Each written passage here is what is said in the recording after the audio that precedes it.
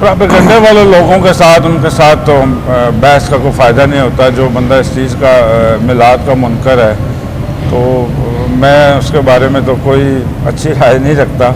لیکن میلاد جو ہے وہ منانا چاہیے.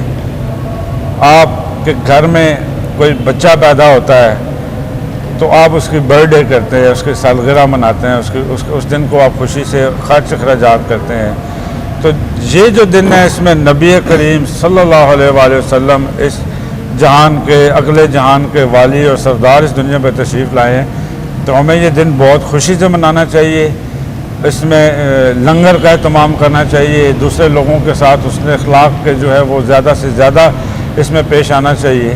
تو میلاد کا دن تو یہ ضروری ہے کہ ہمیں اور کوئی دن منائیں یا نہ منائیں, لیکن اس دن کو ضرور منانا چاہیے. اور اپنا جتنا ہو سکے اپنے مال میں سے اپنے جانی اور مالی جو ہے اس میں آپ کو پارٹیسپیٹ کرنا چاہیے اور اس دنیا میں بھی خوشی منانی چاہیے تاکہ آپ کے آخرت سنور سکے اور آپ کا اگلا جہان اچھا ہو سکے. اچھا ملک صاحب, آپ ایک سماجی کارکن بھی ہیں, تو آپ کے اس کینٹ کے علاقے میں جو ٹینچ باٹا کا علاقہ ہے اس میں کیا کیا مسائل ہیں جو لوگوں کے مسائل چل رہے ہیں اس وقت ملک میں؟ جو صورتحال ہے, مہنگائی بھی بہت زیادہ ہے, تو یہاں پہ لوگوں کے کیا ایسے مسائل ہیں جن کے لیے آپ کوشش کر رہے ہیں کہ وہ حل ہو؟ یہاں پہ جی ہمارے کینٹ میں سب سے بڑا مسئلہ تو جو ہے وہ ٹریفک کا ہے. اس کے علاوہ مسائل تو بہت سارے ہیں, چونکہ یہاں پہ جو بیسک ضروریات زندگی ہے وہ میسر نہیں ہے. جو سہولتیں ہیں, جو عوام کو سہولتیں ہونے چاہیے, جو ہم دوسرے ملکوں میں جا کے دیکھتے ہیں کہ ان کے شہریوں کے لیے جو سہولتیں ہیں, تو سچی اور آنیسٹلی بات ہے کہ وہ یہاں پہ ناپید ہیں. اس میں سے کوئی 1-2% ہمیں مہیا ہوتی ہیں, باقی 98% ہمیں یہاں پہ مہیا نہیں ہے. ٹیکسز بہت زیادہ ہیں, بلز بہت زیادہ ہیں, جس کی وجہ سے عوام بہت زیادہ پریشان ہیں. تو میں اپنی جو حکمران ہیں ان سے میں ریکویسٹ کرتا ہوں کہ ان غریب عوام کا بھی سوچنا چاہیے آپ کو کہ یہ بھی اس ملک کے یہ ہیں تو آپ حکمران ہیں. اگر یہ نہیں ہیں, اگر یہ اس پاکستان سے ختم ہو گئے تو آپ بھی حکمران نہیں رہیں گے. تو میرا آپ سے یہ پیغام ہے کہ ان غریب لوگوں کا, عام عوام کا, عام پبلک کا آپ سوچیں, ان کو سہولیات مہیا کریں جو کہ اب تک نہیں ہیں. آپ معاشرے میں کسی بھی بندے سے باہر چلے جائیں تو ہر بندہ اس وقت ان حالات سے, ملکی حالات کی وجہ سے بہت تنگ ہے. بجلی کے بل, گیس کے بل, ٹیکسز اتنے زیادہ ہیں کہ میرے خیال سے غریب بندہ جو ہے, جو لوور مڈل کلاس اور مڈل کلاس ہے, وہ تقریباً ختم ہونے پہ آ گیا, وہ مرنے مرانے پہ آ گیا. تو خدا را میں حکمرانوں سے گزارش کرتا ہوں کہ ان غریب عوام, مڈل کلاس لوگوں, شریف لوگوں کا سوچیں تاکہ یہ ملک ہرا بھرا ہو سکے. اور یہ لوگ وہی لوگ ہیں جن کی وجہ سے یہ ملک ترقی کرے گا.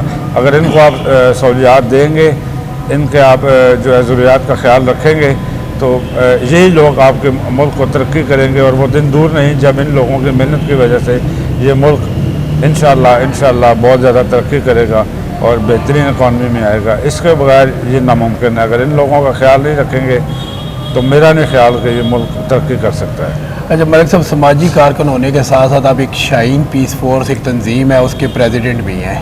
تو شاہین پیس فورس کا بیسک کام کیا ہے اور اس کا قیام کیسے عمل میں آیا تھا؟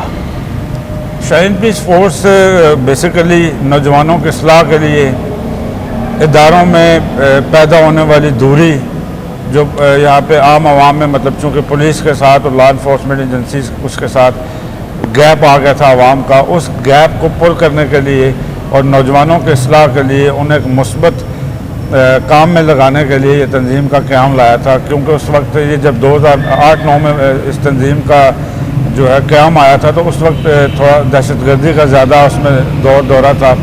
مختلف جو اجتماعات تھے وہاں پہ پولیس اور لا انفورسمنٹ ایجنسیز کے پاس چونکہ نفری کم ہوتی ہے تو ان کے لیے وہ تھوڑا مشکل ہو رہا تھا. تو ہم اس پاکستان کے ذمہ دار شہری ہونے کے ناطے ہم نے یہ انیشیٹو لیا اور ہم نے ایک تنظیم یہ شاہین پیس فورس کے نام سے بنائی, جس کا کام یہ تھا کہ اداروں اور عوام کے درمیان ایک برج کا کردار ادا کرنا, علاقے میں امن و امان کے حوالے سے اپنی جو ہے ڈیوٹی سر انجام دینا.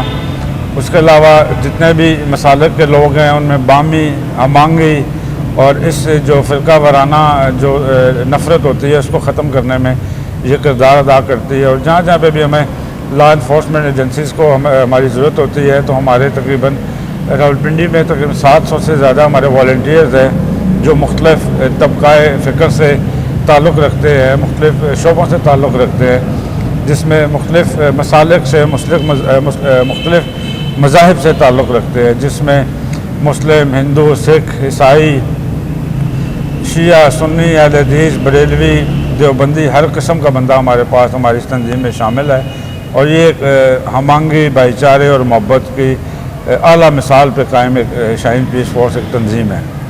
بہت شکریہ ملک صاحب، آپ کے وقت دینے کا بہت شکریہ۔ جی ناظرین، آپ نے ملک منیر زرین صاحب کو سنا، آپ کو یہ پروگرام کیسا لگا؟ اپنی قیمتی رائے سے ضرور آگاہ کیجیے گا۔ اگلے پروگرام تک کے لیے اجازت دیجیے، اللہ حافظ۔